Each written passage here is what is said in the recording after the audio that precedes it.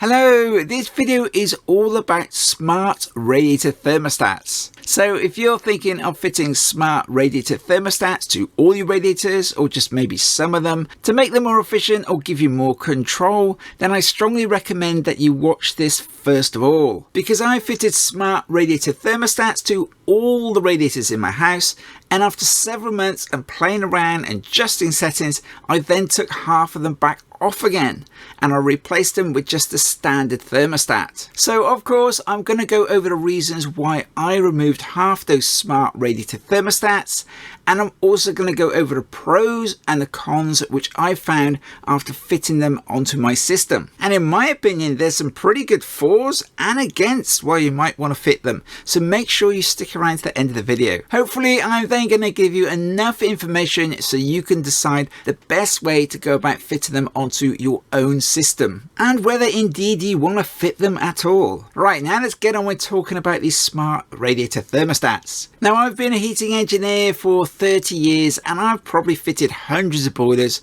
countless numbers of thermostats and radiators, and of course system controls. And these controls have been getting cleverer and smarter, and of course they went from being analogs to digital, and then they became smart, so you can operate them from your smartphone. And now of course we've got these smart thermostatic radiator valves. Now Drayton Heating Controls approached me and asked me if I wanted to make a video for them regarding their wiser heating controls. And of course I jumped at that opportunity, and that's how I came to fit all my radiators with these smart thermostats. Now to be honest, I didn't really think it through and I just fitted all my radiators with smart thermostats. Now the whole reason for fitting them is to make your system more efficient and to give you more control. Now just talking about efficiency, one of the things that you should definitely do before you go fitting your smart thermostats is to make sure that your system is balanced properly, because having a correctly balanced system will make your system way more efficient. And of course I have made a video on how to balance your system,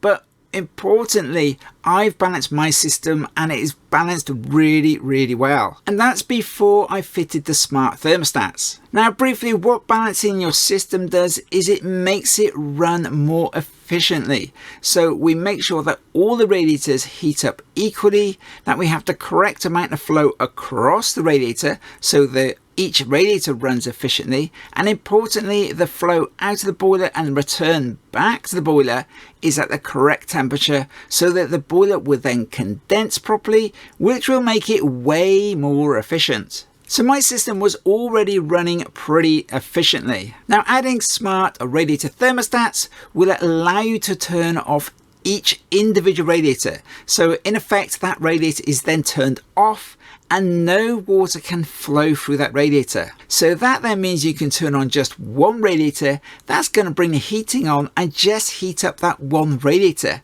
Now that's what I thought I was going to do. I come into my office like I am now early in the morning, bring the heating on and just heat up that one radiator.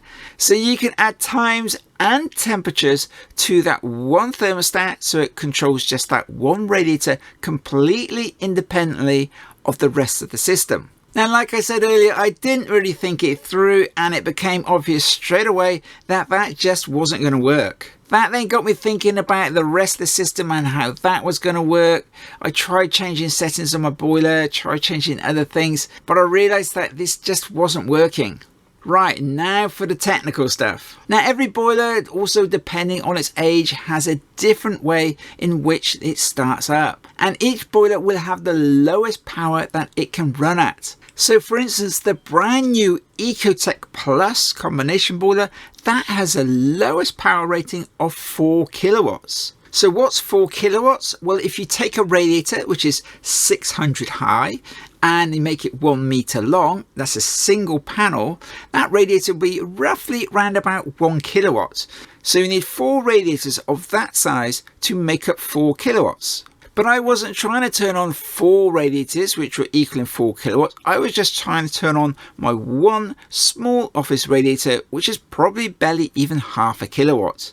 So what's going to happen next is my boiler is going to come on, it's going to heat up really quickly, and then it's going to shut down. And it might even overheat. And that's because my boiler is trying to run at 4 kilowatts and the radiator is just running at half a kilowatt. So the two just don't match up. So depending on your boiler, it depends on what happens next. Some boilers, it's just going to come back on again, try running out that 4 kilowatts, and then it's going to shut back down again, and then it's going to come back on again, and then it's going to shut back down again, and you're going to get this cycling motion, which is really bad and inefficient for your boiler. Or with some boilers, it may put it into what's called a limp mode, where the boiler has then heated up really quickly. The boiler's realized that it shut down into what's called a limp mode, where it would just keep on running at a really low setting until the heating gets turned off.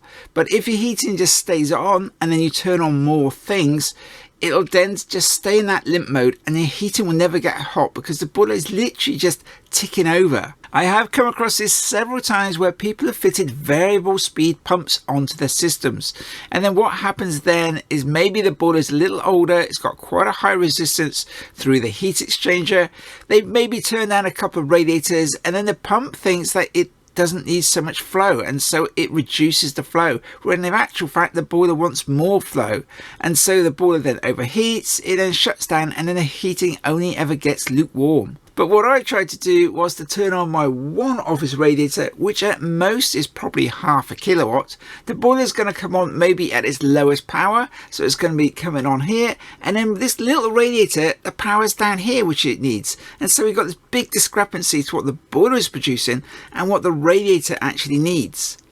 So what I'm trying to tell you here is that if you shut all your radiators down and then you just bring one small radiator on to run your central heating, the boiler is probably not going to like it. Obviously, this does depend on the size of the radiator and your particular system, but in general, I'm going to say it's not a good idea just to turn on one radiator because your boiler is probably not going to like it. Having said all that, some of the newest high efficiency boilers now have what's called modulating pumps in, so that if you do just have a very low flow for your system, the pump inside the boiler will now adjust its speed accordingly. And then also you may have an automatic bypass inside the boiler, so if the flow is too slow going through the central heating system, then the water will then bypass around the boiler.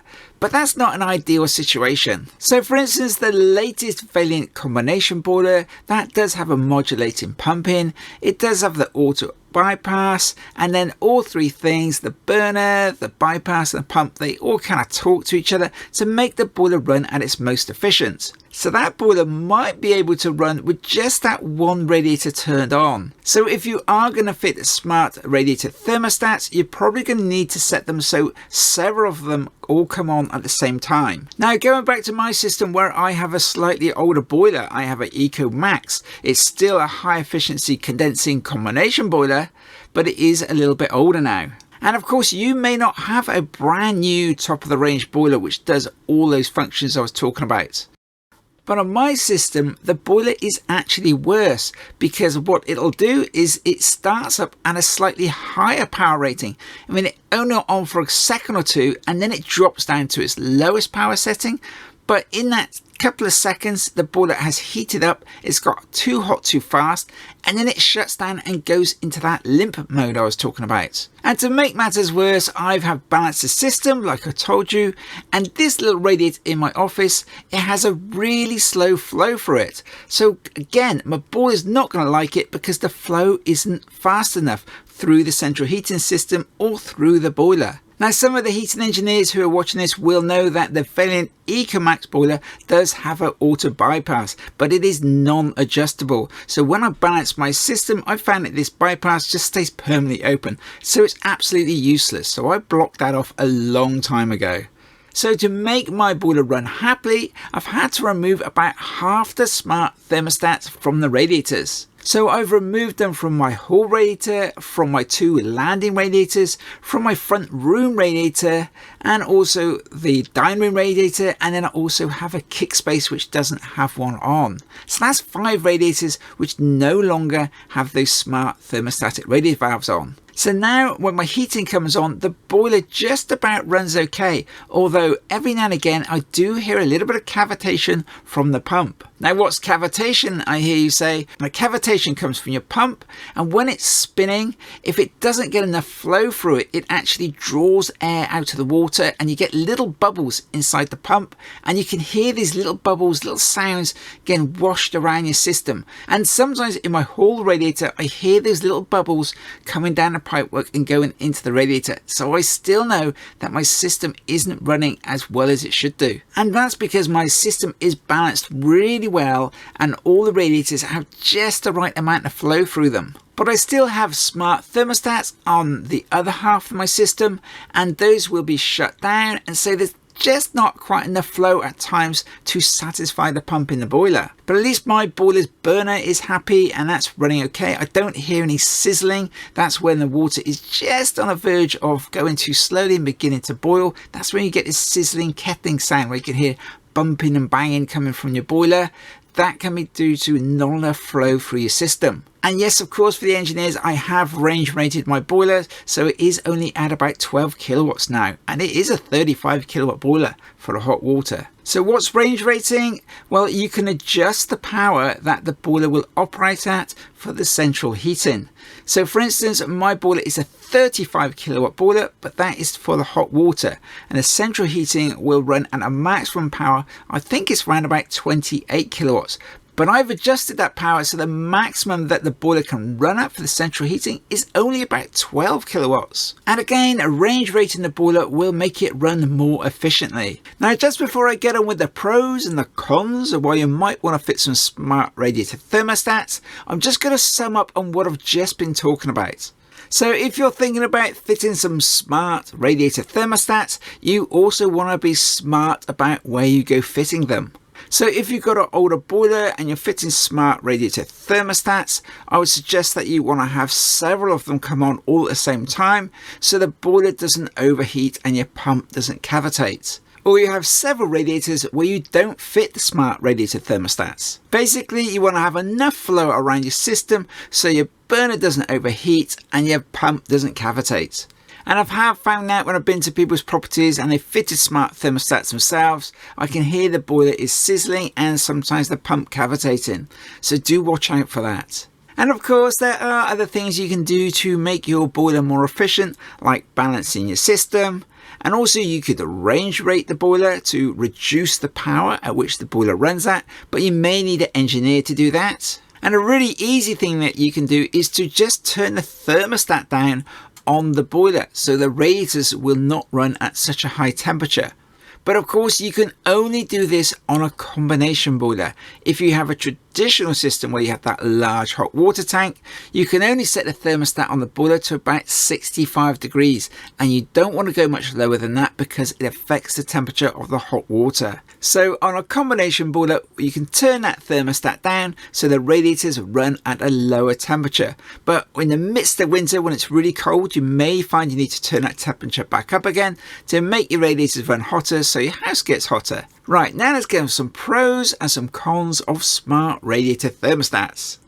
Now, I can only talk about my personal experience with the Drayton Weiser system. Obviously, each manufacturer is going to work slightly different, so you may have a different experience with whatever system you're fitting. So I think I'm going to start off with the cons, which might put you off fitting them. Now, if a customer asked me to come and fit smart radiator thermostats for them, I would probably decline to do that job. Fitting the thermostats is pretty straightforward. It's the issues that you may have over the following years. Now, I've had these smart thermostats for the last couple of years and I have had several issues. Now, the first thing you should know is they all work on Wi-Fi or on Bluetooth. And personally, I find both of those can be really unreliable. For instance, over the last couple of years, my system has lost its connection with the Wi-Fi, so the hub is no longer talking to my router, my Wi-Fi box. Now, whether that's down to SCAR or down to the hub, it doesn't really matter. Either way, it's lost its connection, and then I've had to do a reset to try and connect them back together again. And that is a real pain in the neck, and you don't want to be doing that. And if this happens to you, are you going to fix it yourself, or are you going to need to call someone to do it for you? Now the smart thermostats, they also use Wi-Fi to connect to the hub. And on a couple of occasions, I've had a smart thermostat which has lost its Wi-Fi connection with the hub. Why? Don't know. It just no longer connects. Then I've had to reset the thermostat to connect to the hub. And if this happens to you, again, are you happy to do that, or will you need to call someone to do it for you? Now, whilst we're talking about these smart thermostats, they all run on batteries. So depending on the thermostat, this particular one has 2 AA batteries, and I believe that's the way most of them work. Now, literally, this is the thermostat from my office radiator down here, and I just got a notification telling me that the batteries were low. So I literally had to take the thermostat off, and I've now removed the 2 batteries, which are now flat. So every now and again, you're going to need to replace the batteries in the thermostats. Now, when I say every now and again, this really seems to depend on where the thermostat is located. So for instance, my bathroom thermostat, that obviously changes temperature a lot because people go in and out of the bathroom a lot. And I found that the batteries in there don't last very long at all. In fact, I've had to change them 3 times in a year to keep the thermostat working correctly. But one of the other ones, it might last a year. But even then, you still have to replace the batteries in the thermostats, which means you have to get down on the floor. If that's a bit tricky for you to do, that can be a bit awkward. You may need to take the thermostat off so you can get to the cover, replace the batteries, then put it back on again. And if you've got several of them, you got to go around and do that.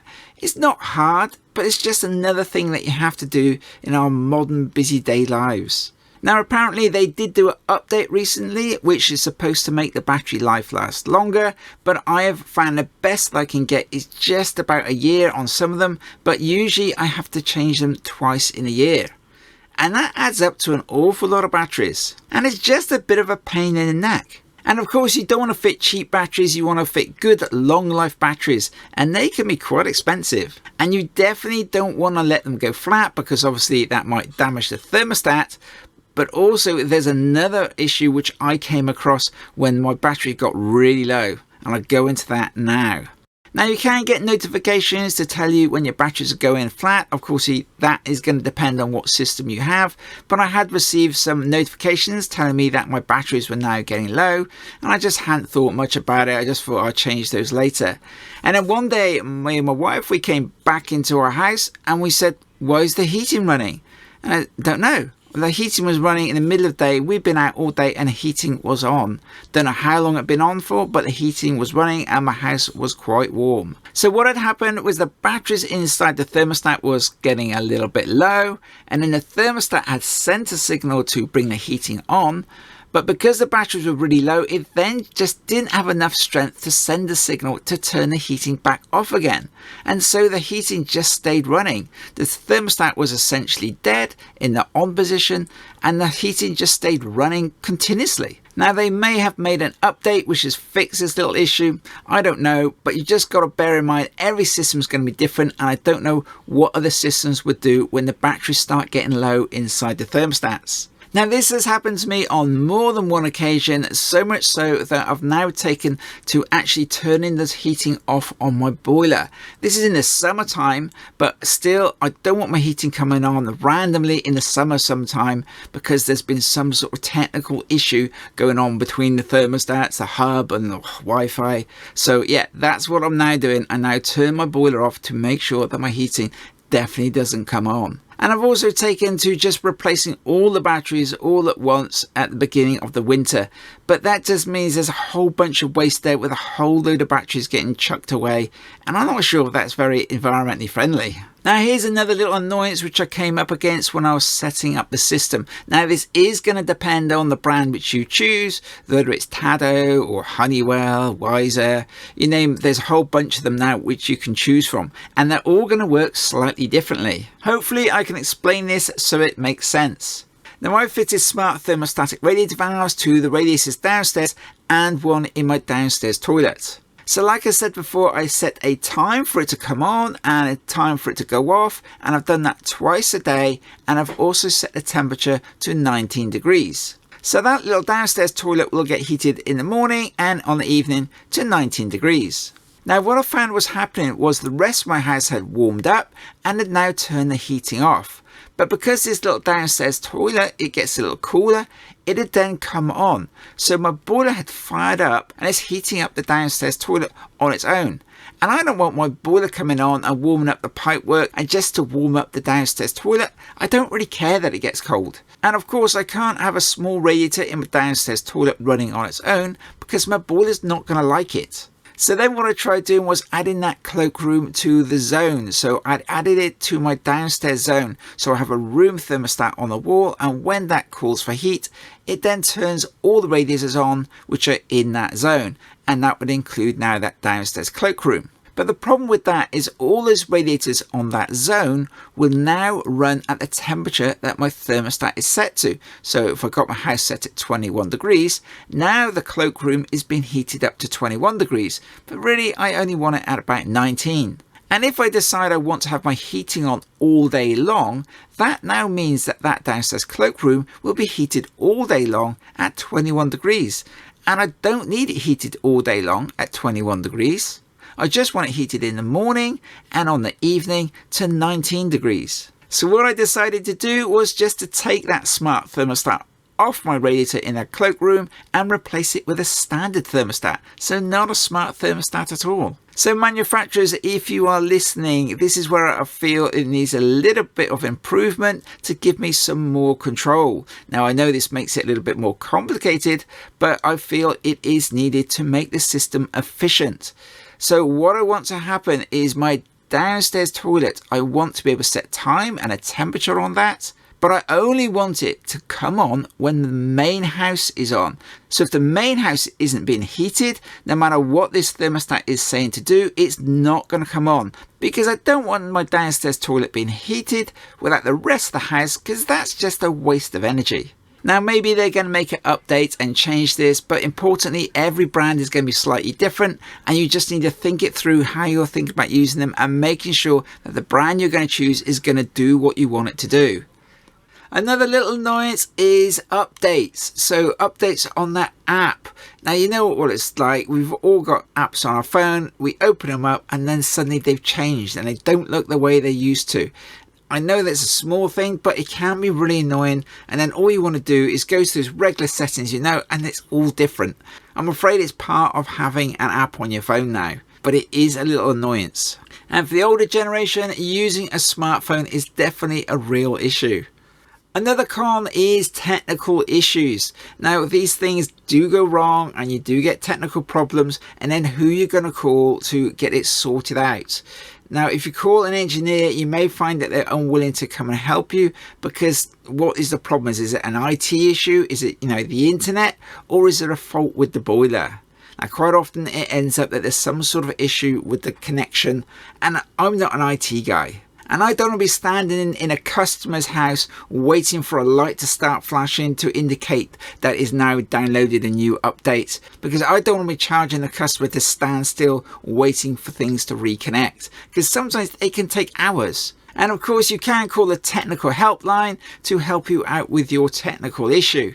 Now I've been doing a whole series on Hive, and when I looked on our website, although it says you can contact them, I can't find any way at all of contacting Hive. There's no point of call where you can actually call someone up, but they do have a very good website with lots of information on there on all the little faults you can find, but that may not help you out. Now Drayton Wiser, that's the system which I'm using, they have their own dedicated call center to answer your technical problems, because obviously you do get problems, things do disconnect. Like I said, I've had my router disconnect from the hub on several occasions, and I've had to reset it to make it work again. And of course there may be thousands of people all having these issues up and down the country as updates happen and such like. Maybe that should tell you something if Drayton has their own dedicated call center for their Wiser Smart system. And of course I can't tell you what other manufacturers do, whether they have call centers or whether it's just web-based help.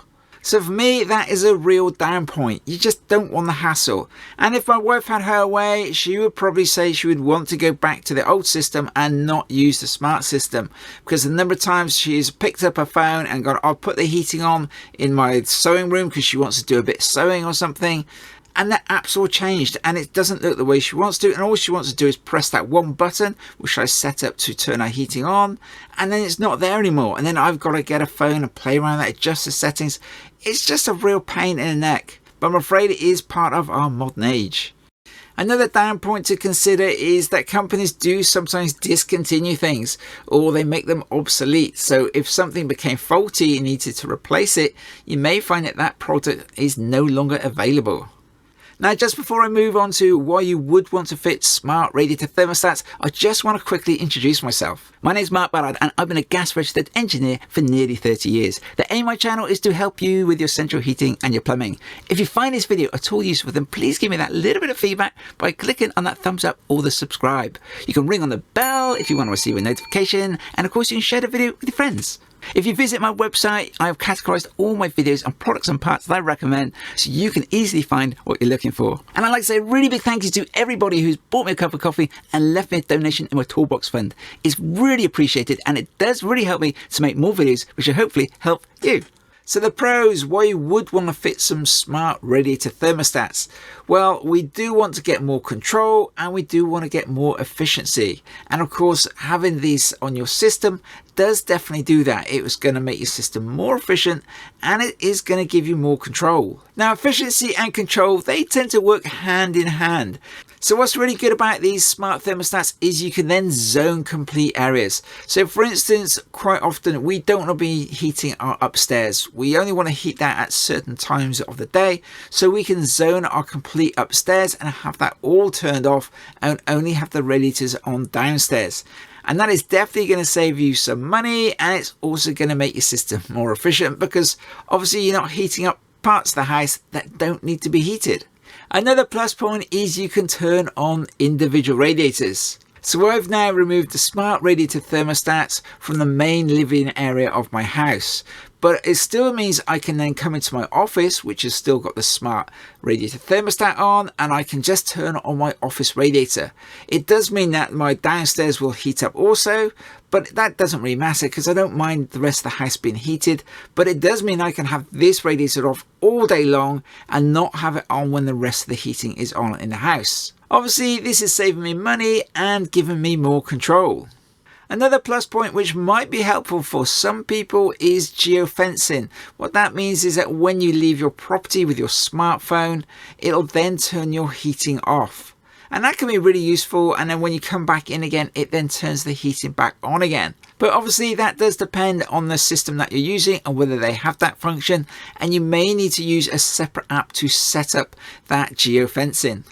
Now, another plus point which some people may like is you can then track how you're using your gas on the app. So you can see where you're using the most, where you're using a little, and where you could maybe save some money. But for me, I've never even bothered setting that up. You just use what you use and try not to have it on too long. So that's about it for the positive points. I can't really think of any others. So it seems that the negative points seem to outweigh the positive points. But the positive points are pretty high in that they do get more control and it is going to save you some energy. Now, there is a big but to this, and that is that now I've zoned my bedrooms upstairs so I can have my bedrooms turned completely off during the day and have my heating running downstairs. Now, what I found last winter is because my radiators were now completely off upstairs, my downstairs was now cooler, and now I have to run my heating for longer to keep the house downstairs at the 21 degrees. And I can definitely feel a cold draft coming down my stairs because upstairs is now cold during the day. Right, so I think that's about it then. So I do hope this video has helped you out. It has certainly given me a better insight into these smart thermostats. I did think they were going to be the answer. I thought they were a really good idea. But now, having used them, I still think there's a lot of work to be done. So if you are going to fit some smart radiator thermostats, then obviously think it through carefully because you don't want to have too little flow through your boiler and get your boiler overheating or your pump cavitating. Right, that's about it then. So if you want to watch my video on how to fit some Hive smart radiator thermostats, you can click on that link just there. If you want to know more about the Hive system, click on that link just there. And of course, as usual, please give me a thumbs up, click on that subscribe, ring on the bell to get notifications, share me with your friends, and a cup of coffee is always really appreciated. Bye for now, and I'll see you in the next video.